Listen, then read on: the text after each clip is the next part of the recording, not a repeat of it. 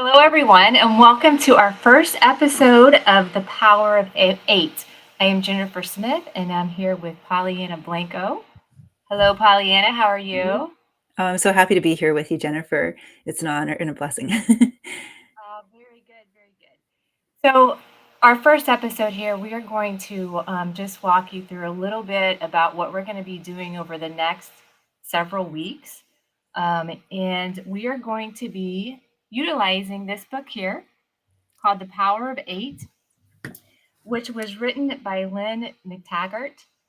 And Pollyanna and I will be going through this chapter by chapter and discussing our experiences based on the book, what the book has to say, and if we have experiences that validate some of the scientific research that Lynn has put together with her worldwide studies. So the first thing we're going to go through is the prologue, and a little bit about the studies here is that she was an investigative reporter, Lynn was, and she was trying to validate how spiritual healings work through a scientific approach. How could she validate this scientifically? And so that's a little bit about the book, but as we get more into it, there's so many interesting things that come about and so many learnings that we thought this would be a great share for everyone. And then you can also purchase the book on your own if you want to follow along with us. So her research was over thousands of people in over 100 countries, where she did these global researches about spiritual healings and the power of intention, the power of our mindset, the power of our thoughts, and the miraculous healings that were occurring. There was many things that happened over this time, and I think there was a few things that she said that really stuck out to me. And she said that there was the kind of miracles that were happening that would defy every last belief we hold about the way we're told the world is supposed to work. And I thought that was really interesting. So, Pollyanna, do you have anything to add about sort of the setup of the experiments before we get into all the other discussions we're going to have? Well, I found it really fascinating. I dog-eared and underlined things in the book too, and I've actually got my Archangel Uriel card, success through action, that I reach for as a bookmark. Mm-hmm. And one of the things that, I mean, there's so much even in the prologue, right? We were talking about that, like, oh my goodness, we'll pick out a couple of things that grabbed our attention. And one of the things that I really like is, and I feel is so important these days, because there's so much going on in the world that can be, polarizing and, separate, cause a lot of sense of separateness or aloneness, is this unified field. And there's a part where she talks about that the scientist that she had been working with, and um, this whole point about the evidence that all of reality may be connected through the 0 point field and underlying quantum energy field and vast network of energy exchange. And like, that's something that I think is a really important part of the setup for her experiments, is this premise that everything is interconnected. So I really, really like that aspect of her work, that it's operating from this really broad, vast perspective of, world, of how we see ourselves in the world. So it dovetails beautifully with what you just shared, Jennifer, about everything, about the, how it's going to completely undo and unpin how we have been taught to see the world. Yeah, and I like that you pointed out the 0 point field, because we have studied about that and experienced it from more of a spiritual standpoint, but she's coming from a scientific standpoint. So, what I love about this book is that people are trying to understand and they want to connect through a science standpoint or try to connect it intellectually on how spiritual healings work. There's a lot of good information in here that can help people do that. I think because if you're an energy healer, because I teach Reiki, so I teach people how to do the energy healing. It's also a wonderful book for that as well, because now you can take it to the next level and do more of collective healing with what it's titled as the power of eight, whenever you have the group intention healing as well. Because I know a lot of people learn self healing or energy healing just to work for themselves and don't really go out and make that part of their service to the world. It might be just with a few friends and family. But now this opens up the opportunity, another idea where you can get with other people and really service the world in a bigger way if that's what you choose to do. So I feel like it covers all bases, no matter where people are right now, what their belief systems are. There's something in here for everyone. Yes, that's what struck me in her book too, Jennifer, is that it was very open in that sense. You didn't have to subscribe to a specific belief system or spirituality or religion, and the point you just emphasized there a moment ago about um, doing the energy healing, because like yourself, I've studied Reiki. I'm a Reiki master, and we've both got lots of different modalities that we, use in our practices that are related to energy healing. And yet, it's either working with one on one or with a few people. What I think is so powerful to remember is that um, even every day when we're moving through our lives in a less formal way, because she has another quote that jumped out for me too is. Our thoughts may not be locked inside our heads, right? So it's the idea of what are we thinking when we're, moving through our day. And the fact that she even goes on to say that thoughts are not just things, or where is it? Yeah. Thoughts weren't just things or even things that affect other things. Thoughts might even have the capacity to fix whatever was broken in a human life. I prefer to say what, returns us to wholeness rather than broken, because I don't really believe anything's broken. However, I like the point about this idea that we are, when we're moving through our lives, we can be the healing light in our presence. And then, we can, these power of eight groups is a great way to practice that, to really make that effort to gather with people. And her book talks about how healing that is, not only for the person receiving the healing, but for all of the people who are also sending the healing. Yeah. We talk a lot about manifesting and how important our thoughts are, our thought energy that can penetrate all through the cosmos. That's how powerful our thought energy is. And thoughts are things, and they do become um, we can take the formless with our thoughts and bring it into the formed reality. And I think that's what she was discovering through this and trying to, in what she stumbled across through her many experiments, is that thoughts do have the capacity to change physical matter. And what I think she so beautifully set out to do was to show that, you know, that this can happen from a healing standpoint too, not just from, um, manifesting things, material things and diamonds, which is all possible as well. But how can we heal?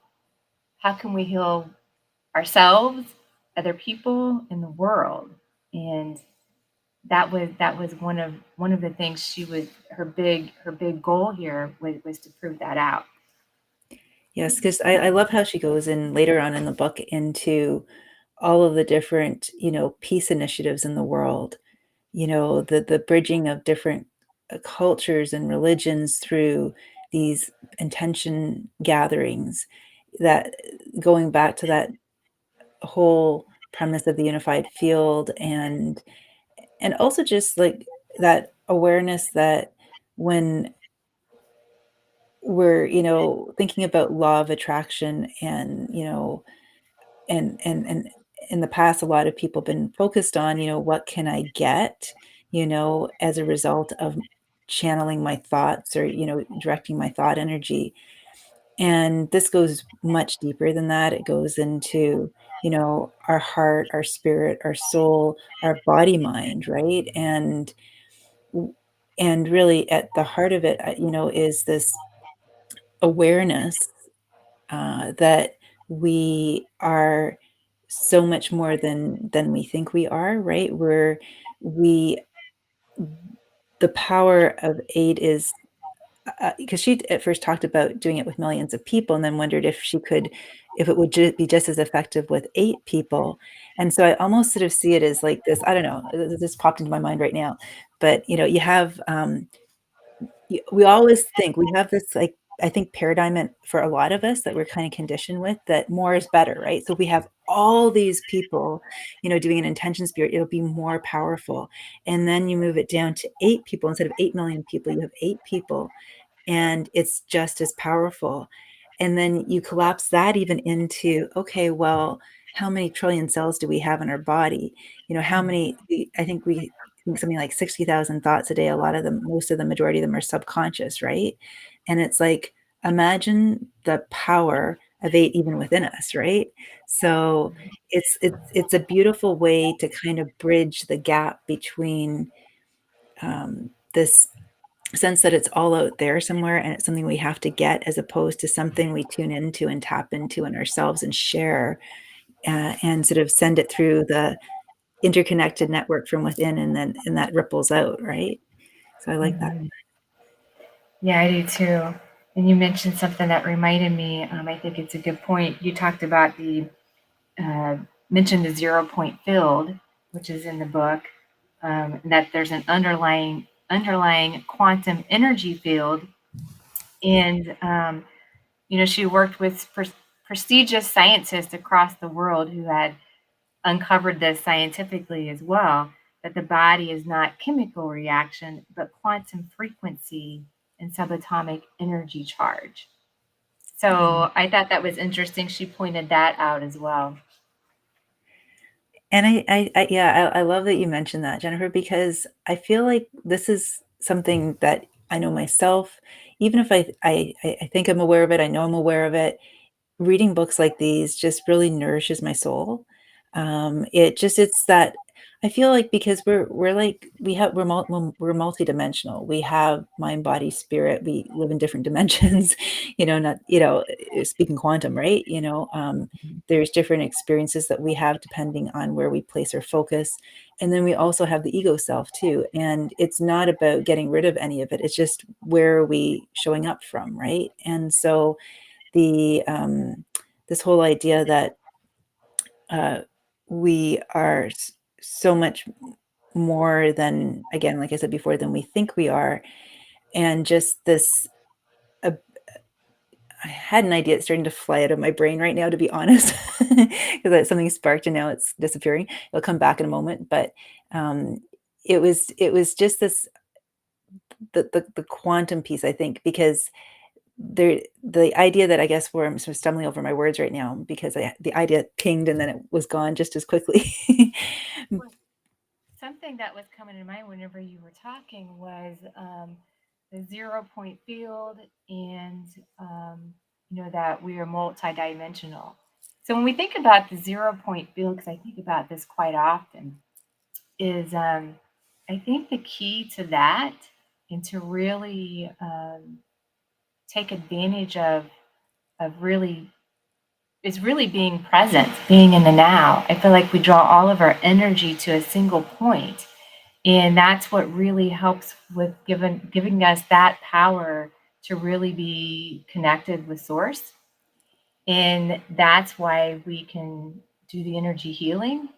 Mhm. That's why we can use that whenever we are, we talk about being in our uh, that divine connection is the same thing to me. And that's where we can also really utilize our thought energy to manifest all the good that we want. She had mentioned in here too that she recorded hundreds, if not thousands, of instantaneous miracles in participants' lives.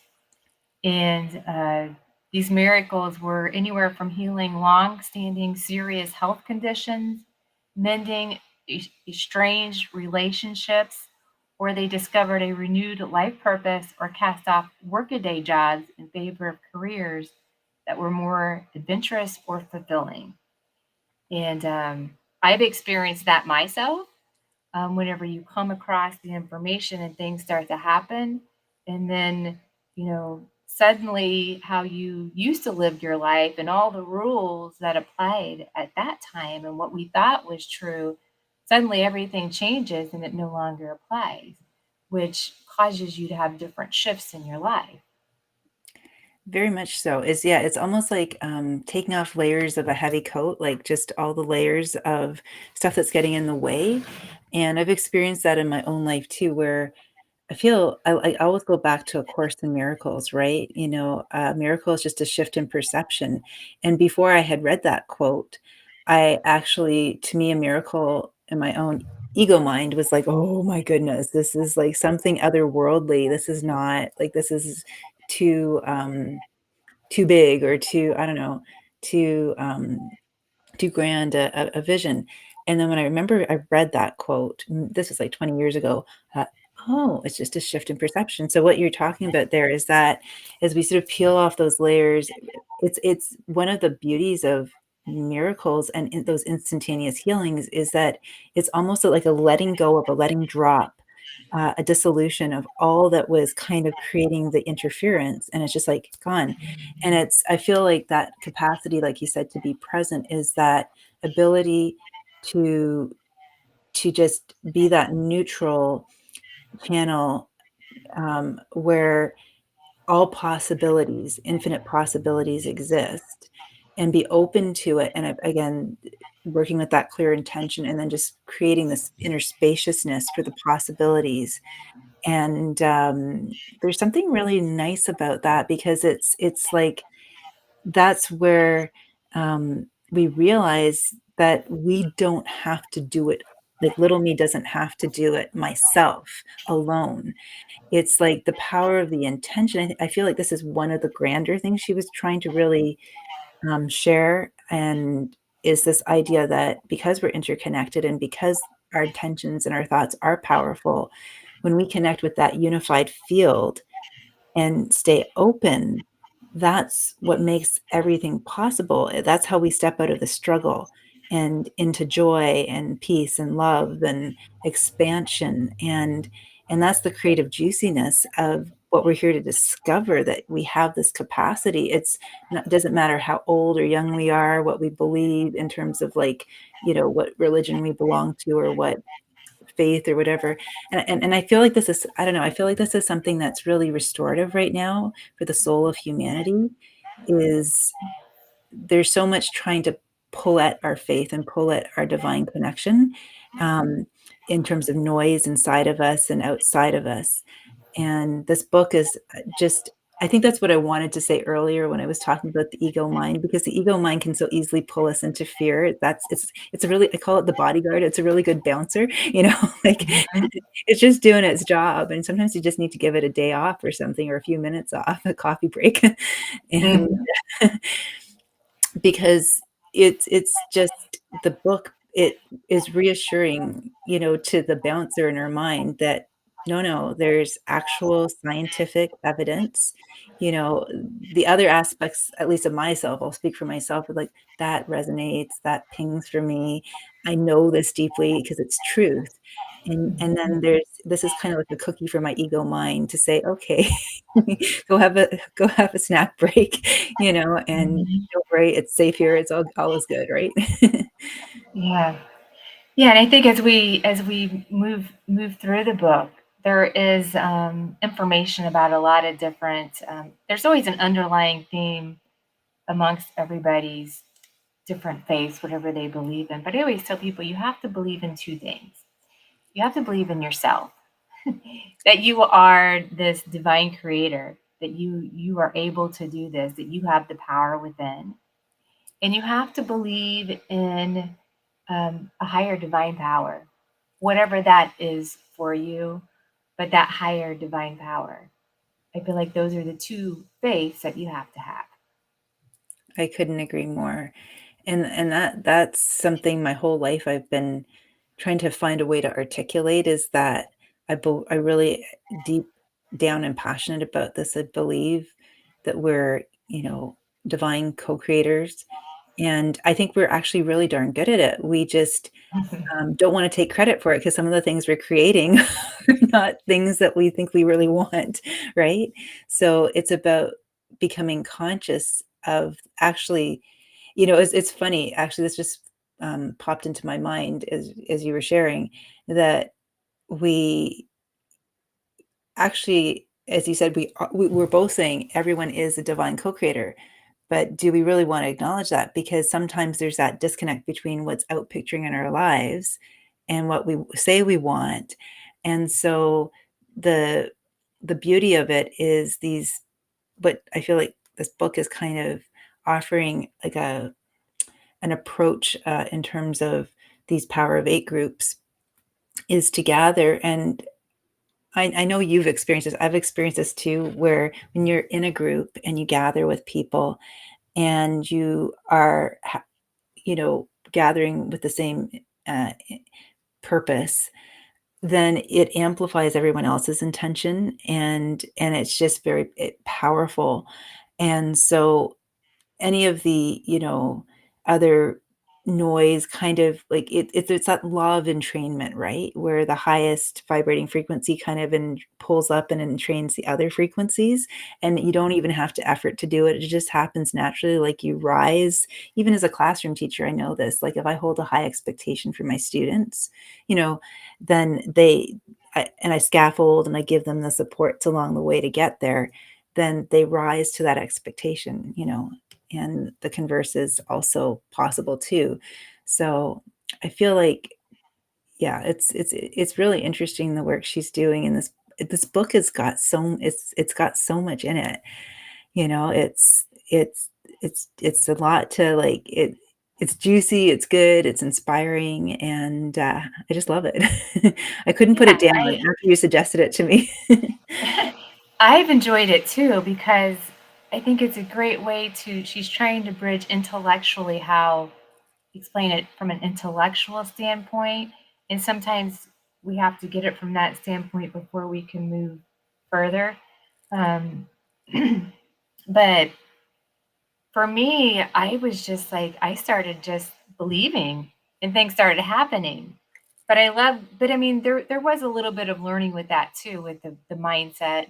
And I believe that we were, when I first started this work, that we have such a great potential.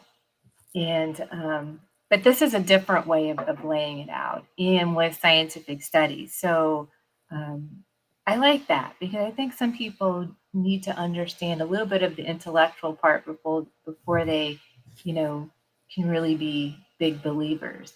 It's easier for us because we believed and then we see it. So now I expect miracles every day because that's what happens. It's so true. And it's interesting too, because herself as a scientist, she even talks about how, in the opening of her prologue, she talks about how skeptical she was, and how, you know, she, as a reputable scientist, with scientific rigor and all of her experiments, she was very cautious to kind of be perceived as someone who was kind of fluffy bunny, or too woo. Yeah. Yes. Very much. So we've already been on here for like 25 minutes. So Wow. But you know what? Before we close, Jennifer, I'm just curious, because you were talking about manifesting sort of magic and miracles, and I just feel like this is something I want to ask you, because I know you. I've known you for a while now, and like, since you've been reading this book, and I know even before this book, I mean, you've got a lot of years of experience with, working with people, and supporting people with, undoing subconscious beliefs. But what kind of things have you noticed as a result of, this way of being in the world? When you talk about miracles being as natural as breathing every day, because I've got something I want to share too, but I want to ask you first. What do I notice? Well, I'm in the healing room quite a bit. So there's lots of what people would call miracles in there on how the energy healing can really uplift people. Um, but I had a mentor that I worked with on mindset and in spirituality as well. It all dovetails together. And he said, "There's no such thing as miracles and magic because that's just who we are." And I love that Yeah. because when you first start getting into this work and you believe and things start happening, it feels so magical. I still like that term, but then you realize, wow, this is what we all can do. You just have to believe. Ask, believe, receive. It happens. Yeah. It's so true. And it's a fun thing to play with too, like to when you start to become more consciously aware of it, and you read books like this book and you feel inspired and you feel reassured by, your intellectual mind feels reassured by, oh my goodness, this is somehow makes it seem more real, to that aspect of ourselves. The Like, one of the things I know, I've been sharing a lot about it in various places where I share that, like, last year I was in a car accident on Valentine's Day, and I was rear-ended by a distracted driver, and overall, I was fine, but I was shaken up from it, right? And one of the things I started really consciously playing with in the car was, because I knew I wanted to keep driving, I needed to drive, and it was literally saying a clear intention and affirmation every time I got into the car. While I was driving, I would just listen to my intuition if there was a moment, and on a very specific level, some people are in a hurry on the road, and if someone started driving too close behind me, I would set in a very loving and firm, powerful intention, a declaration, I guess you would maybe call it, and about, basically revoking any consent to timelines I didn't wanna be on, and commanding the light to be on the highest possible timeline. Mhm. And what started happening, and it's kind of funny, is because I was experiencing anxiety at the time, that simple practice of intention and commanding the light, I noticed that cars would suddenly change lanes, you know? I noticed, and then I noticed inside of myself as a result of this practice, it became more fun than scary. Like, the anxiety went down, and I was like, then I started reframing the whole experience of what I went through as being a gift rather than a negative thing, right? Because Mm. in the beginning, when you go into fight and flight and your nervous system is triggered and you're, shaken up, it takes a bit of a workaround to come back again, but that really helped a lot. And so there's so many practical applications in our everyday lives for harnessing this awareness, right?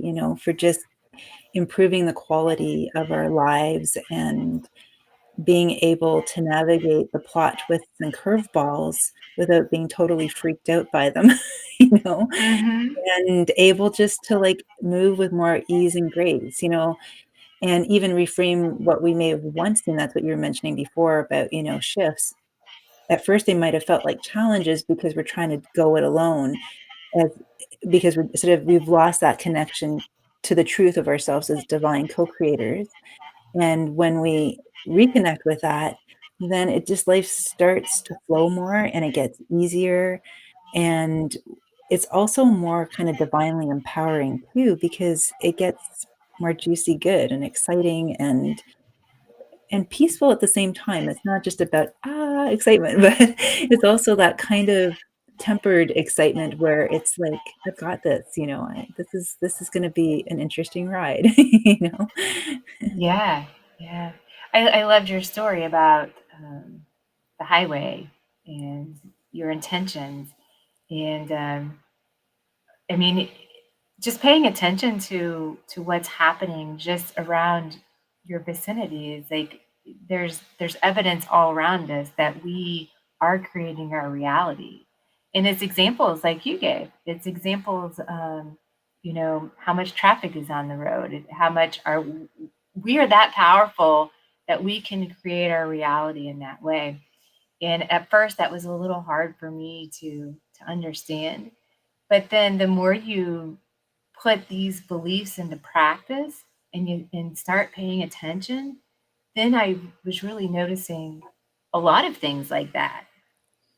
And we are creating everything, you know, every single thing. And once we take responsibility for that, um, then life becomes, it can become really fun. So true. You know, the one last point I wanted to make, it just popped into my head. I just got to toss this in here. It's our inner environment, right? Like it's caring for our inner environment. And that really, I was reminded of that this morning when I was at a staff meeting and we had a presentation about universal design for learning for the students that we serve that are on different learning spectrums and have heightened sensitivities and maybe are sensitive to sound or to just how important the learning environment is. Something as simple as my turning off the lighting, I've noticed with students, like the overhead lighting, because I'm a bit of a bat myself. I don't like artificial lighting. And so just turning the lighting down totally shifts the classroom dynamic and totally shifts the way the student feel, and even just acknowledging it makes them feel safer and calmer.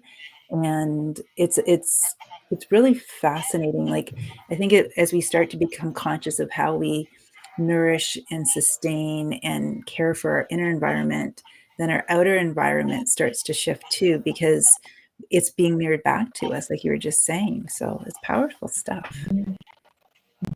Very powerful, very powerful.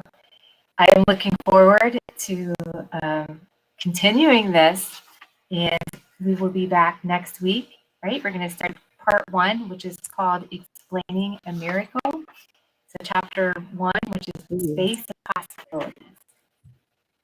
I love Right. the Well, name thank you of so that. much, Pollyanna. Thank you so much, Jennifer. It was So wonderful to much, share this conversation. Yes, very Okay. good. Bye-bye. Have a Thank great you. evening. Honored to be here. You too.